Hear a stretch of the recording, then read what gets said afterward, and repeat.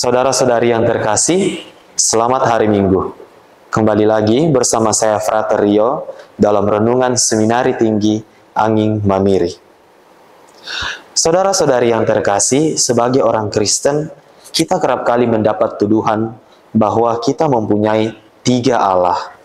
Mungkin karena kekerasan hati atau ketidakmengertian orang lain sehingga mereka bisa mengatakan bahwa kita mempunyai 3 Allah. Padahal, dalam pemahaman kita sebagai orang Kristen, kita mempunyai 1 Allah, namun dalam wujud 3 pribadi. Nah, menurut iman kita, Allah kita itu satu dalam wujud Bapa, Putra, dan Roh Kudus. Saudara-saudari yang terkasih, pada hari ini gereja membantu kita untuk lebih memahami iman kita akan Allah Tritunggal itu. Hari ini bersama dengan seluruh umat Katolik sedunia, kita merayakan Hari Raya Tritunggal Maha Kudus.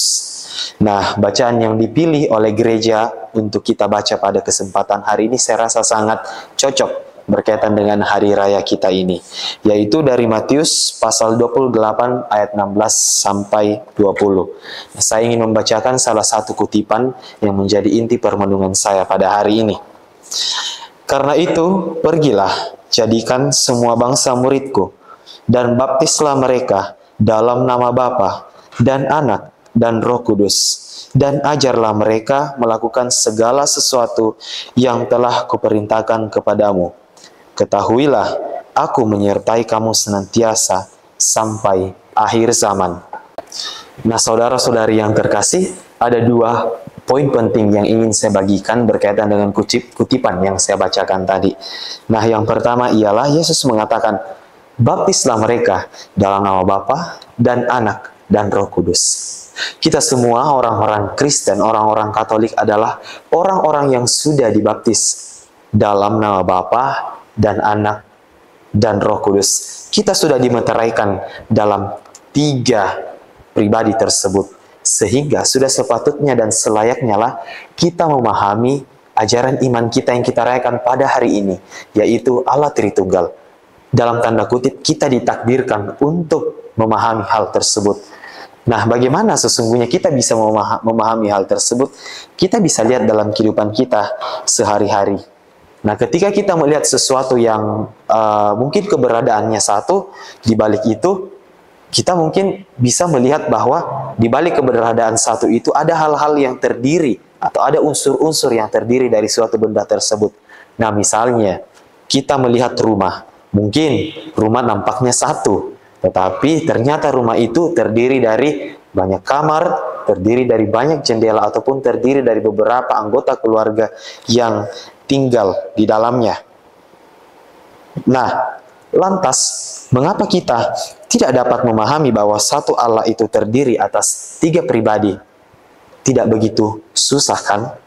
Nah, kita bisa memahami hal tersebut jika kita melihat atau pertama-tama memandang Allah itu sebagai kasih. Nah, kasih dari Allah Bapa itu tidak bisa terwujud jika tidak ada putra. Mengapa?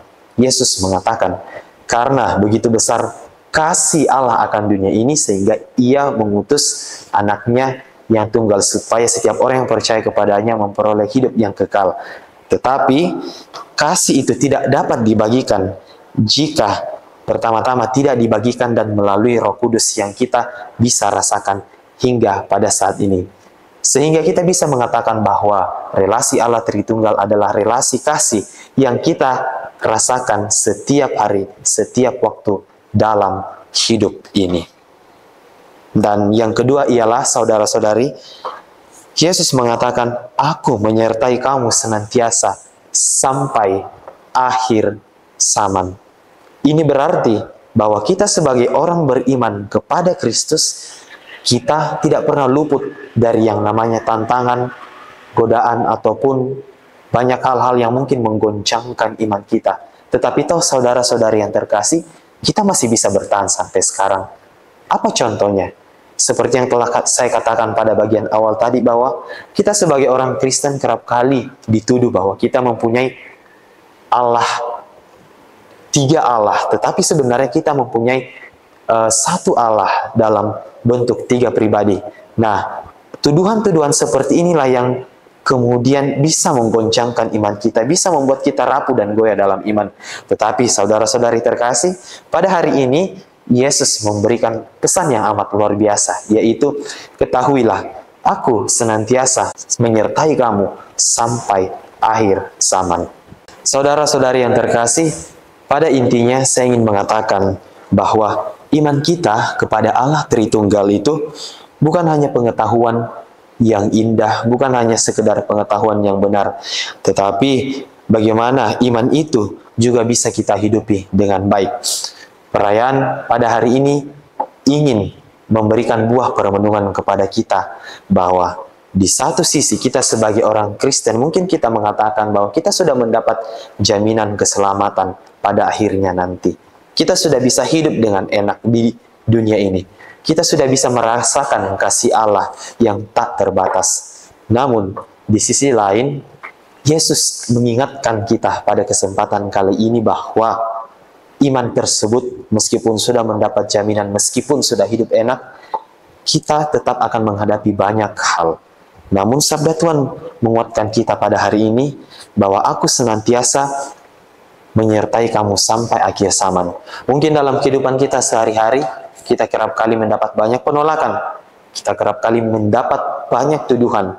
Kita kerap kali mendapat banyak perlakuan yang tidak baik berkaitan dengan iman yang kita miliki saat ini.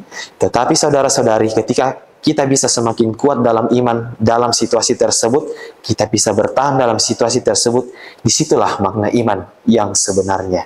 Apakah kita kuat, saudara-saudari? Semoga Roh Kudus senantiasa menyertai kita.